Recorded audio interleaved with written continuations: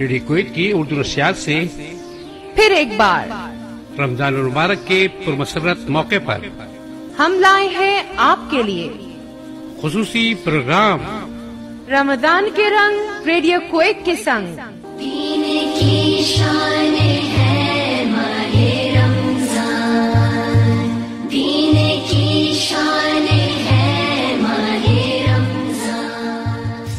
Programme کی میزبانی سے لے کر اختتام تک تمام تر ذمہ داری طلباء و طالبات کی۔ پروگرام میں شریک طلباء و طالبات اپنے ادارے کی نمائندگی کرتے ہوئے ایک خوبصورت پروگرام پیش کریں گے۔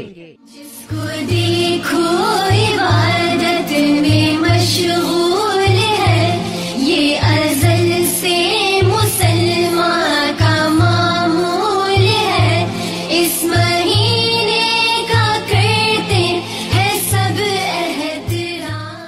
طلباء و طالبات کے لیے اسناد امتیاز، اساتذہ کرام کے لیے خراج عقیدت، بہترین پروگرام پیش کرنے والی ٹیم کے لیے اول، دوئم اور سوئم کی ٹرافیاں ریڈیو کویت اردو سروس کی جانب سے۔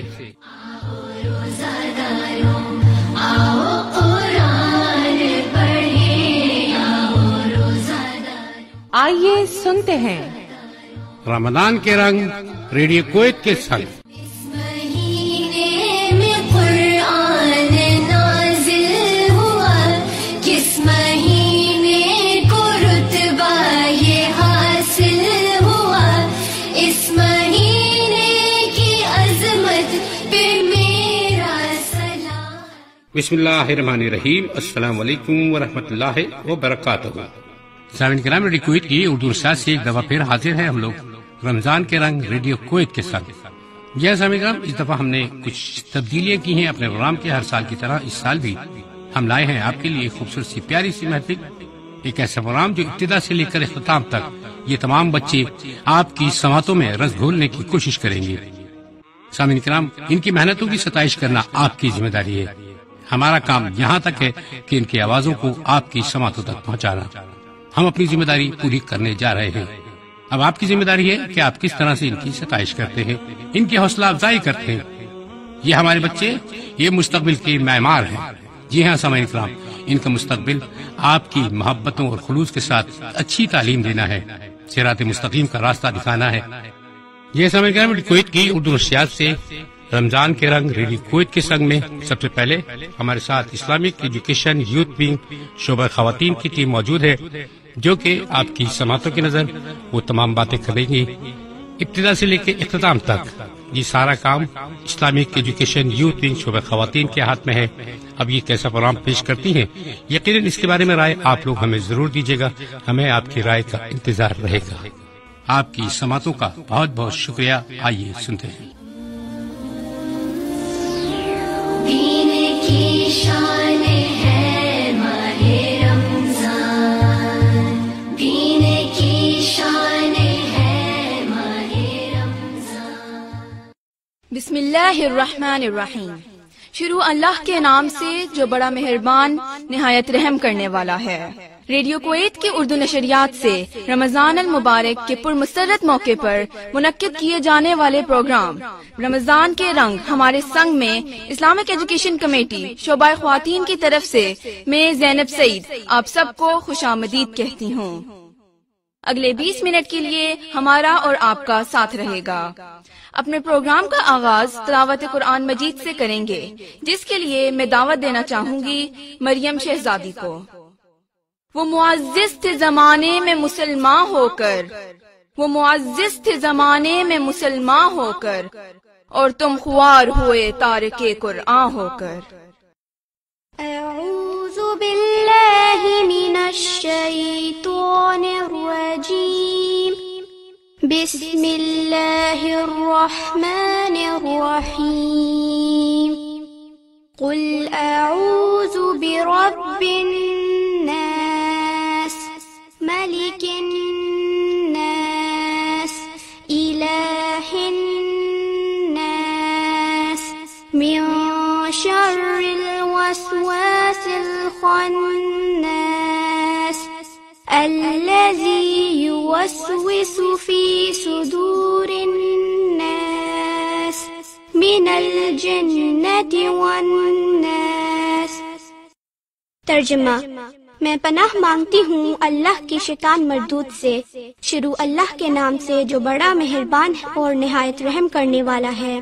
آپ کہہ دیجئے کہ میں لوگوں کے پروردگار کی پناہ میں آتی ہوں، لوگوں کے مالک کی اور لوگوں کے معبود کی پناہ میں، وسوسہ ڈالنے والے پیچھے ہٹ جانے والے کے شر سے، جو لوگوں کے سینوں میں وسوسہ ڈالتا ہے، خواہ وہ جنوں میں سے ہو یا انسانوں میں سے۔ جزاک اللہ خیر۔ ماشاء اللہ، بہت خوبصورت انداز میں آپ نے ہمارے سامنے اللہ تعالیٰ کا کلام پیش کیا۔ اسی نے حرف کن سے پیدا کر دیا عالم، اسی نے حرف کن سے پیدا کر دیا عالم، کشاکش کی صدائے ہاؤ ہو سے بھر دیا عالم۔ اب میں ارید سعید اور ساتھیوں کو دعوت دیتی ہوں جو ہمارے سامنے بہت پیاری سی حمد پیش کریں گی۔ حسبی ربی جل اللہ ما فی قلبی غیر اللہ، نور محمد صلی اللہ لا الہ الا اللہ۔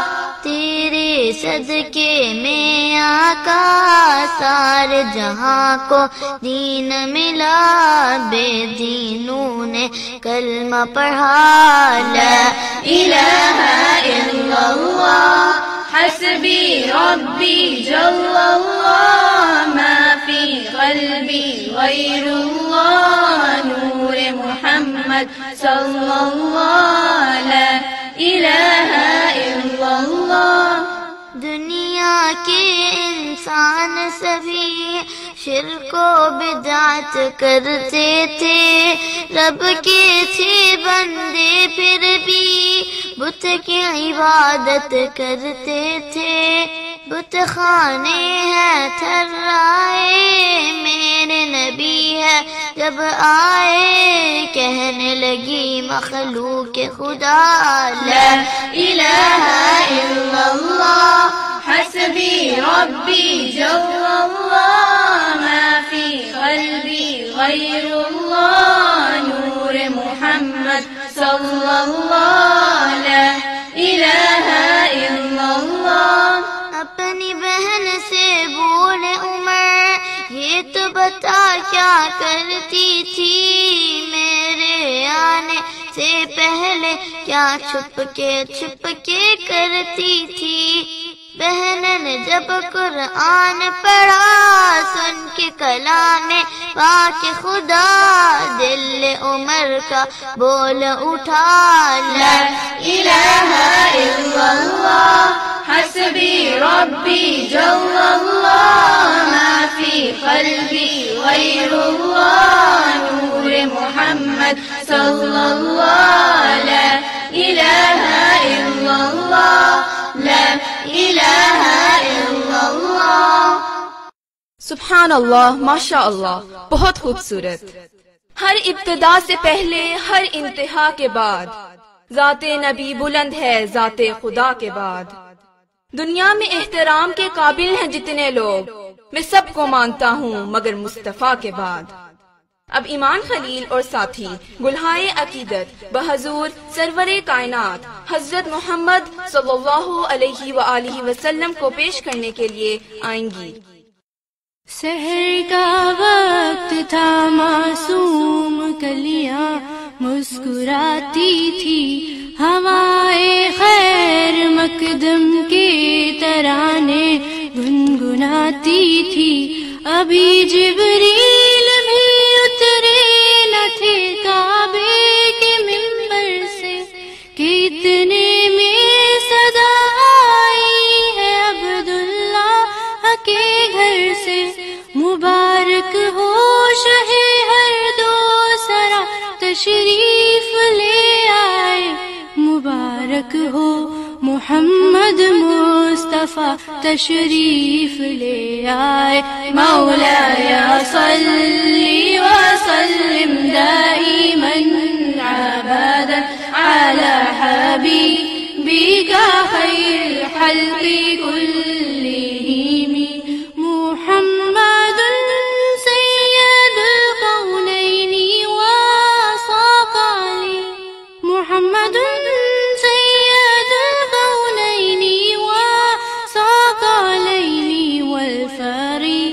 کینی من عرب ومن عجم، نہ کوئی آپ جیسا ہے نہ کوئی آپ جیسا تھا، کوئی یوسف سے پوچھے مصطفیٰ کا حسن کیسا تھا، زمین و آسماں میں کوئی بھی مثال نہ ملی، مولاي صلي وسلم دائما أبدا على حبيبك خير الخلق كلهم، درود پر سلام پر کہنا خدا کا ہے، خدا کے بعد جو ہے مرتبہ صلی اللہ کا ہے، وہی سردار عالم ہے، وہی غمخوار امت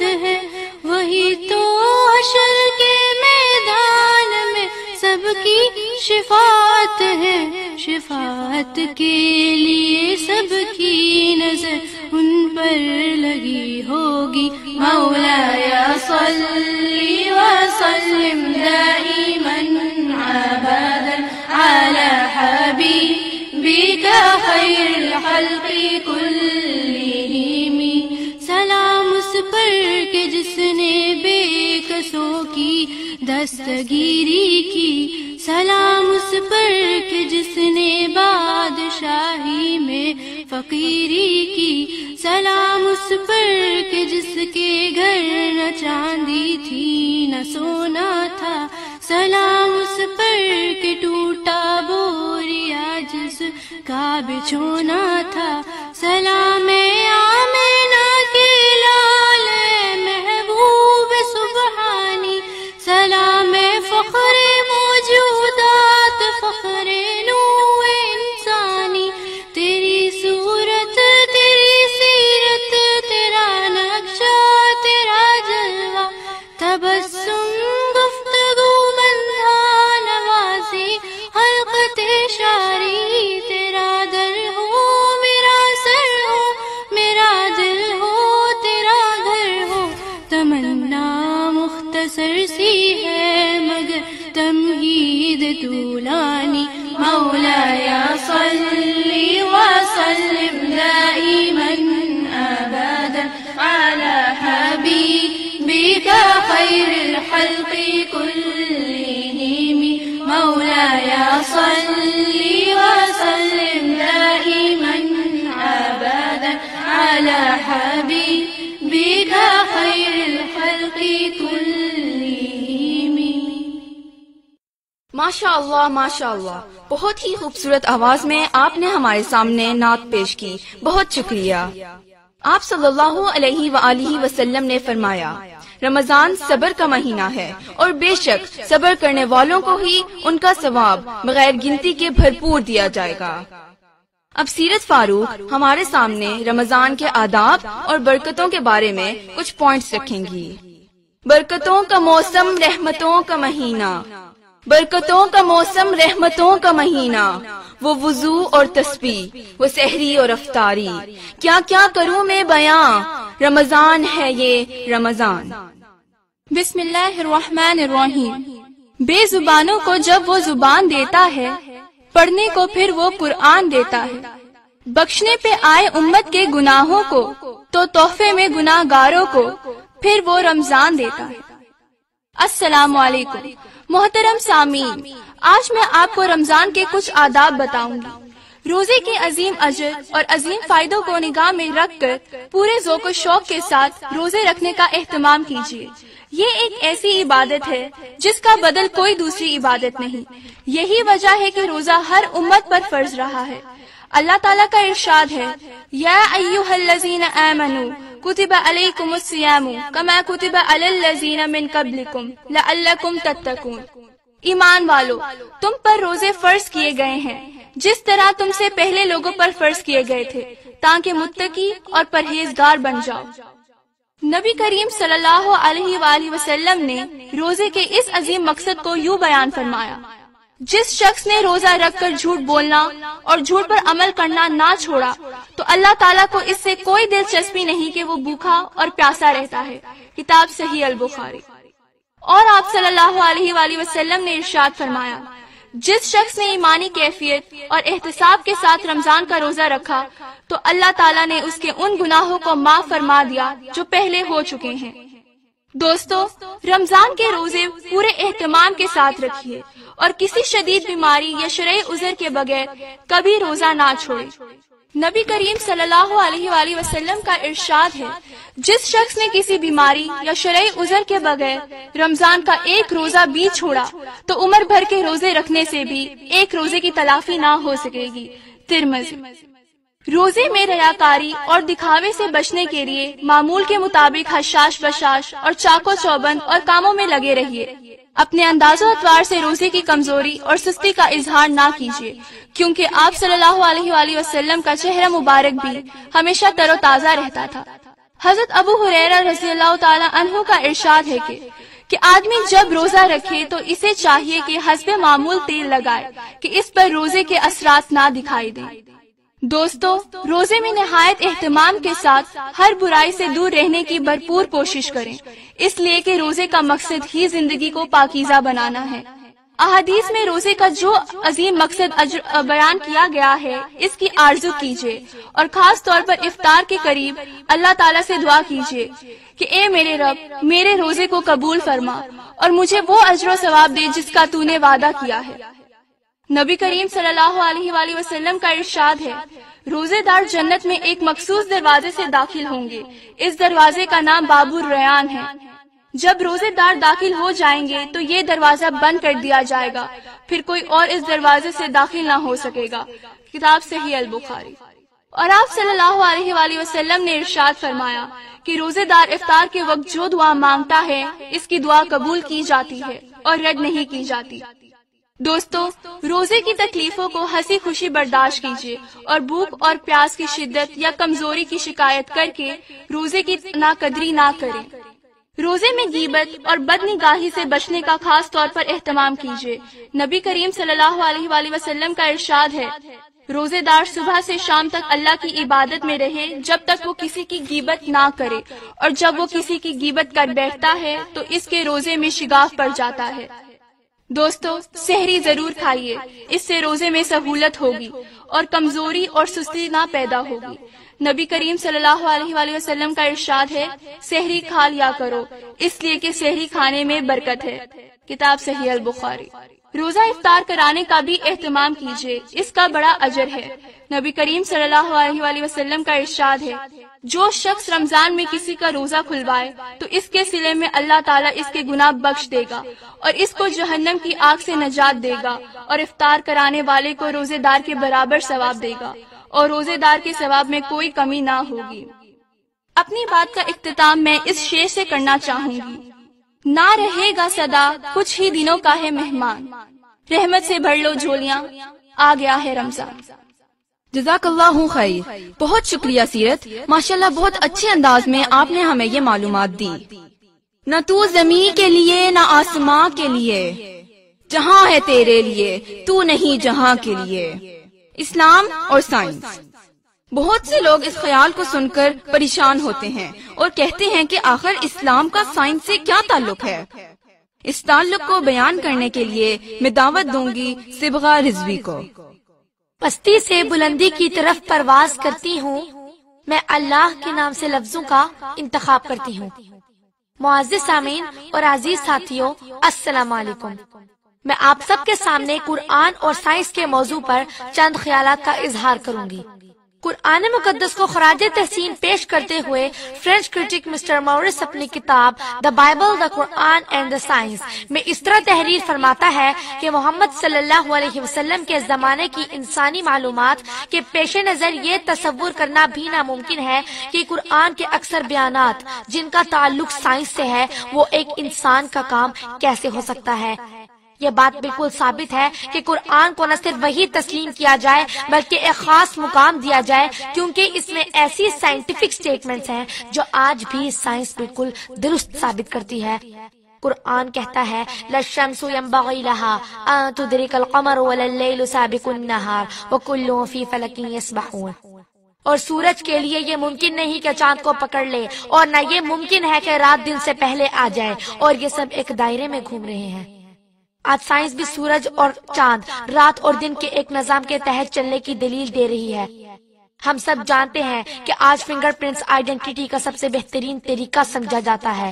قرآن نے 1400 سال پہلے کہہ دیا تھا بلا قادرین علی ان نسویہ بنانا، اور ہم قدرت رکھتے ہیں کہ انگلیوں کے پوروں کو پھر سے وہی مخصوص ترتیب دے دیں۔ قرآن بار بار علم اور تحقیق کی دعوت دیتا ہے۔ علامہ اقبال نے کہا کھول آنکھ زمیں دیکھ، فلک دیکھ، سما دیکھ، مشرق سے نکلتے ہوئے سورج کو ذرا دیکھ۔ وقت کی قلت کے پیش نظر میں اپنی بات کو اس طرح سمیٹوں گی کہ جہاں سائنس کیا اور کیوں کی تشریح کرتے ہوئے کیسے پر آ کر رک جاتی ہے، وہاں قرآن کن فیکون اور ان اللہ علی کل شیء قدیر کی صدا دے کر سب کو لا جواب کر دیتا ہے۔ شکریہ۔ سبحان اللہ، ماشاء اللہ صبغہ، آپ نے بڑے پرجوش انداز میں اسلام اور سائنس پر روشنی ڈالی، زبردست۔ امام ترمذی اسلام کے بہت بڑے عالم تھے، انہوں نے اپنی کتابوں کے خزانوں سے ہمارے علم میں اضافہ کیا۔ اب میں دعوت دوں گی امامہ کو جو ہمارے سامنے امام ترمذی کی سوانح حیات پیش کریں گی۔ امام ترمذی رحمۃ اللہ علیہ کی پیدائش غالباً 210 ہجری میں ہوئی، بعض علماء کے قول کے مطابق 209 ہجری میں ہوئی۔ محمد بن عیسیٰ بن سورہ بن ضحاک السلمہ مشہور محدث اور عالم دین ہیں۔ آپ کی نسبت ترمذ سے ہے۔ آپ کے دادا معذوری تھے۔ لیث بن یسار کے دور میں مرو سے ترمذ منتقل ہوئے اور وہیں سکونت اختیار کر لی۔ پیدائش اور سکونت کی وجہ سے ترمذی کی نسبت سے مشہور ہوئے۔ کہا جاتا ہے کہ آپ پیدائشی طور پر نابینا تھے، بعض روایات کے مطابق آخر میں نابینا ہو گئے تھے۔ آپ نے احادیث جمع کرنے کے لیے خراسان، عراق اور حجاز کے طویل سفر کیے۔ آپ کی شیوخ کی تعداد بہت زیادہ ہے۔ آپ کا حافظہ کمال کا تیز تھا۔ آپ کے حافظے کے بارے میں ایک روایت ہے کہ آپ فرماتے تھے میں نے اپنے شیخ کی روایات کو 2 اجزاء ان سے نقل کیے، اور جب ان کو سنائے تو انہوں نے تعجب کیا، تو میں نے عرض کیا کہ آپ پھر امتحان لے لیں، تو انہوں نے 40 احادیث اور پڑھی جنہیں میں نے صحیح سنا دی۔ تو شیخ نے فرمایا میں نے تجھ جیسے قوی حافظ نہیں دیکھا۔ اکثر علماء کے مطابق آپ شافعی تھے، لیکن حقیقت میں آپ خود امام تھے، اور آپ کے بے شمار تلامذہ میں احمد بن عبداللہ المزوری، احمد بن یوسف خاص طور پر مشہور ہیں۔ اگرچہ امام بخاری کے شاگردوں میں سے تھے، لیکن امام بخاری کے مطابق جتنا ترمذی نے مجھ سے فائدہ حاصل کیا اتنا فائدہ میں نہ حاصل کر سکا۔ آپ کی مشہور ترین کتاب جامع ترمذی ہے۔ آپ کا انتقال 275 ہجری میں ہوا۔ ماشاء اللہ، بہت شکریہ امامہ۔ اپنے پروگرام کے اختتام میں ریڈیو کویت کا شکریہ ادا کرتی ہوں کہ انہوں نے اسلامک ایجوکیشن کمیٹی کو یہ موقع دیا، اور میں اپنے سب سننے والوں کی بھی بہت شکر گزار ہوں۔ امید ہے آپ کو ہمارا یہ پروگرام پسند آیا ہوگا۔ اللہ تعالی ہم سب کو رمضان مبارک کرے اور ہمیں زیادہ سے زیادہ اجر سمیٹنے کی توفیق دے۔ جزاک اللہ خیر، بہت شکریہ۔ السلام علیکم ورحمۃ اللہ وبرکاتہ۔ سامعین کرام، ریڈیو کویت کی اردو شاہ سے ایک بہت ہی خوبصورت پروگرام رمضان کے رنگ ریڈیو کویت کے ساتھ، جس میں اسلامک ایجوکیشن شعبہ خواتین کی چھوٹی چھوٹی بچیاں خراج عقیدت پیش کر رہی تھی۔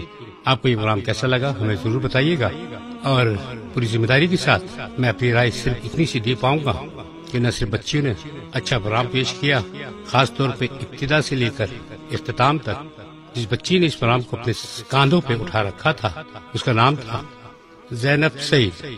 بہت اچھی پیشکش، الفاظ کو ہر لحاظ سے اپنے ہاتھوں سے نکلنے نہ دیا۔ تقریر بہت خوبصورت تھی، خاص طور پہ حمد و ثنا کا جب سلسلہ شروع ہوا تو اس محفل میں ایک سما سا بن گیا۔ یقیناً آپ لوگوں کو بھی بہت پسند آیا ہوگا۔ بچیوں کی کاوشیں، بچیوں کو محبت اور خلوص کی پذیرائی کرنے کے لیے اپنی رائے سے ضرور آگاہ کیجیے گا۔ دین کی شان